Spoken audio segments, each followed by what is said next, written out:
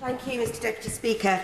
As I rise today to talk about this issue, I regret that it has come to the House as an Opposition Day debate rather than as part of the Government's legislative programme. And this, of course, after the Prime Minister himself pledged his commitment to the Kept Animals Bill during his ill-fated leadership election last summer. But it's not just me who will be meeting this news with disappointment today. I'm sure that many of my colleagues on both sides of the House will have their inboxes full of constituents asking where the Kept Animal Bill is and why the Government has abandoned it and the pledge they made in their manifesto to protect animals. We all know that Britain is a country of animal lovers. It's part of our national identity. And when COVID struck in 2020 and lockdowns were put in place, many people across the UK felt isolated and in need of companionship. And it's no surprise that public demand for pets, and dogs in particular, soared. But of course, supply of dogs cannot be increased overnight. There is an obvious time lapse in breeding and bringing new puppies to the market. And an opportunity opened up for malicious practices to take place and puppy smugglers to take advantage. And bad as the exploitative practices of puppy smuggling are, they rarely take place in isolation.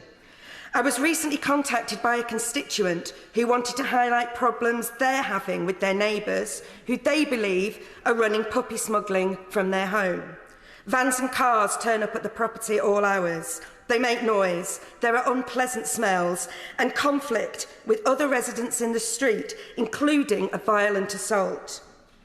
It won't surprise anyone to hear that my constituent also reports that a cannabis operation is being run out of the same property. And the story of my constituent is one that many up and down the country will find familiar. As the member for Chingford and Woodford Green, who's no longer in his place, has already alluded to, there is increasing evidence that organised crime gangs are taking an interest in the puppy smuggling industry. Also concerning is how the distribution networks of bringing smuggled puppies to the market is increasingly mirroring how drugs and other illegal and prohibited substances are entering our communities. I'm afraid to say that the problems from the puppy smuggling industry don't stop here. Due to the brutal and cruel nature in which the puppies are bred and brought to the UK by smugglers, they are at an increased risk of developing severe behavioural issues and bringing parasitic diseases into the UK, putting all of us at risk. Since the Kept Animals Bill was last debated in this place, we've had a few personnel changes on the government benches. But constantly changing the ringleader of the Conservative Party circus is no excuse for breaking a promise they made with the British people. Last month, the member for Sherwood accused members on these benches of playing political games with this bill, and that's why the government were having to withdraw it. But what we have is a government elected with an 80-seat majority with no confidence in itself, Mr Deputy Speaker, to take decisions and running scared of the opposition. Yep. And it's not as though there isn't enough parliamentary time for the House to debate the issue. Yeah.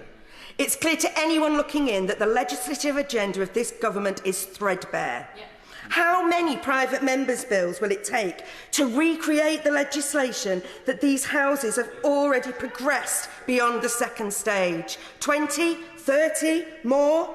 Now, Mr Deputy Speaker, I'm still relatively new to this place, but even I can see that this is a ludicrous way to do business.